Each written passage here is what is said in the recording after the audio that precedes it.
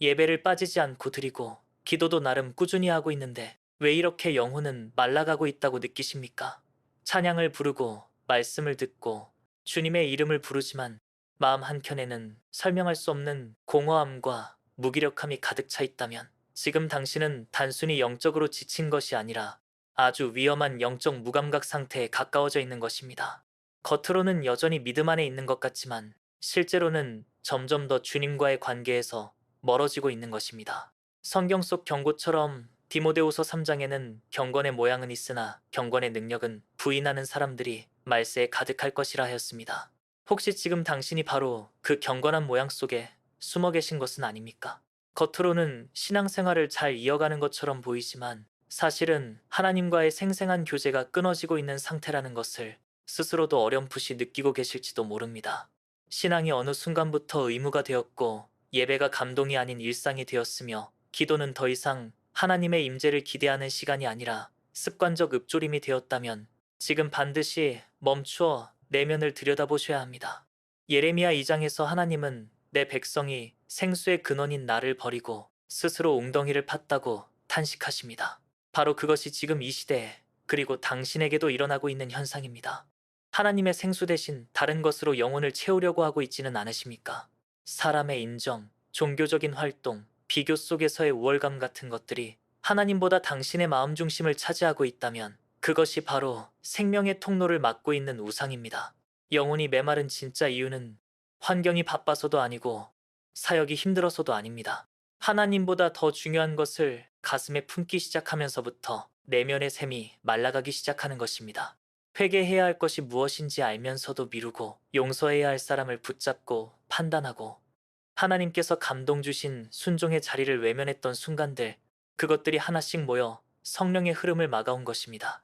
이사야 59장에 기록된 대로 우리의 죄가 하나님과 우리 사이를 가로막았고 결국 하나님의 얼굴을 가리는 결과를 만들었습니다.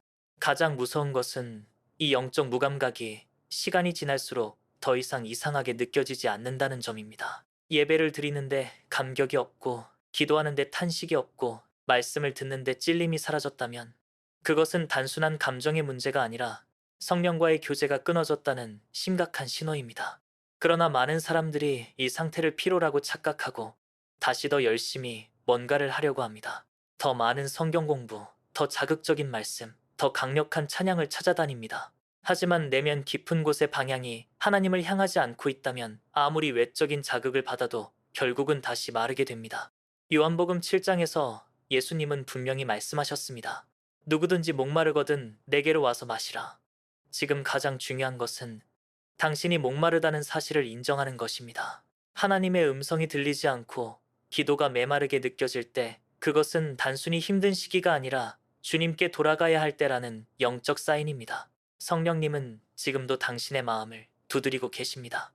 문제는 우리가 그 문을 열지 않는다는 데 있습니다. 무언가 더 특별한 감정이나 계기가 올 것이라고 기대하지만 회복은 그보다 훨씬 단순하게 시작됩니다. 지금 이 순간 진심으로 주님, 제 영혼이 말라 있습니다. 다시 살려주십시오라고 고백하는 그 자리에서부터 변화는 시작됩니다. 이 고백은 감정적인 울분이 아니라 영혼의 가장 깊은 목마름에서 우러나오는 절규입니다. 하나님은 그 고백을 들으시는 분이십니다. 시편 51편에서 다윗은 주께서 구하시는 제사는 상한 심령이라고 말합니다. 눈물과 감격보다 더 중요한 것은 부서진 심령입니다. 겉으로 보기에는 멀쩡한 신앙생활 같아도 하나님께서 원하시는 것은 지금 당신의 중심입니다. 당신은 다시 회복될 수 있습니다. 하지만 그것은 바쁜 삶 속에서 우연히 찾아오는 변화가 아닙니다.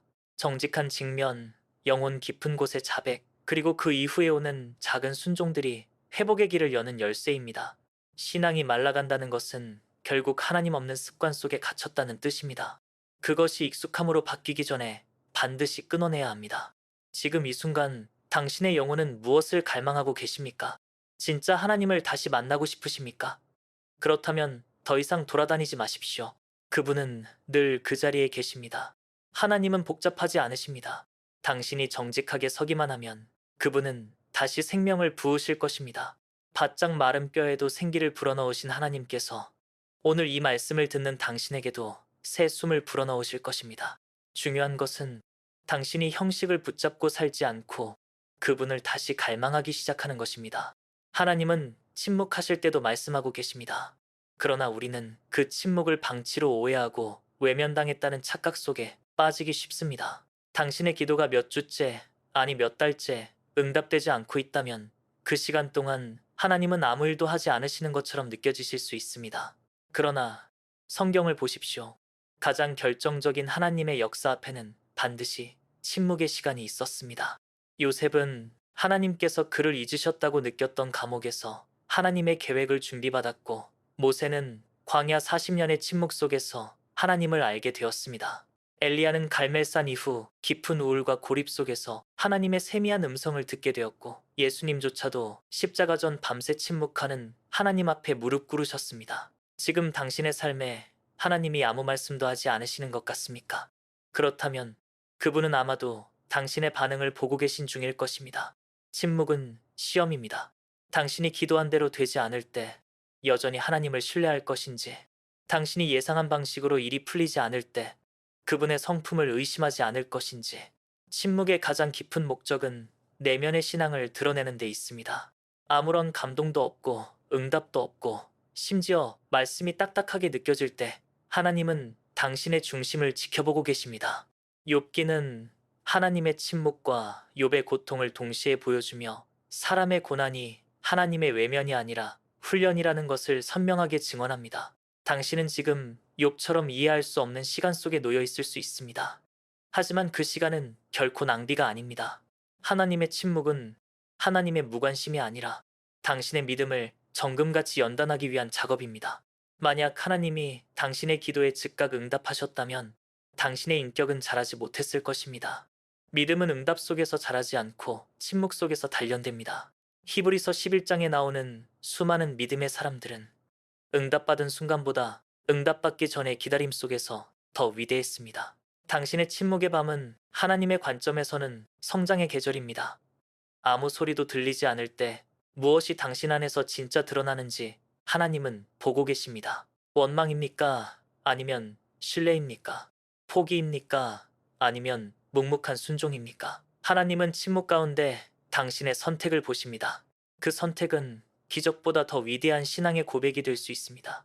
많은 이들이 하나님의 음성을 찾기 위해 바깥을 향해 귀를 기울이지만 정작 그분의 침묵이 전하는 메시지를 읽으려 하지 않습니다. 그분이 아무 말씀도 하지 않으실 때 당신의 고백은 더 순전해질 수 있습니다. 주님, 아무 말씀 없으셔도 저는 여기 있습니다. 주님만이 저의 하나님이십니다. 이 고백은 어떠한 응답보다 강력한 믿음의 언어입니다. 하나님은 그 고백을 들으십니다. 그리고 그 침묵의 시기를 지나고 나면 당신은 이전보다 훨씬 더 깊은 하나님을 알게 될 것입니다. 성경에서 하나님의 침묵은 항상 새로운 시작을 품고 있었습니다. 엘리사에게 갑절의 영감을 부어주신 것도, 하박국에게 환상을 보이신 것도, 다니엘에게 미래의 묵시를 열어주신 것도 모두 침묵의 시간을 지나서였습니다. 하나님의 침묵은 준비입니다. 그분은 지금 당신 안에 새로운 믿음의 구조를 짓고 계신 것입니다. 그리고 당신이 이 시간을 믿음으로 통과해낼 때 그분은 분명히 말씀하실 것입니다. 지금 아무 감동이 없다고 해서 하나님이 일하고 계시지 않다는 결론을 내리지 마십시오. 지금 침묵하시는 그분의 시선이 당신을 향하고 있다는 사실을 잊지 마십시오. 하나님은 당신의 언어보다 당신의 자세를 보고 계십니다. 그리고 그 자세가 낮아지고 중심이 정결해질 때 침묵은 무너지고 말씀은 다시 시작될 것입니다. 그러니 지금 이 순간을 낭비하지 마십시오. 불평과 조급함으로 시간을 보내지 마시고 오히려 더 조용히, 더 깊이 그분 앞에 머무르십시오. 하나님은 지금도 살아계시며 당신을 보고 계십니다.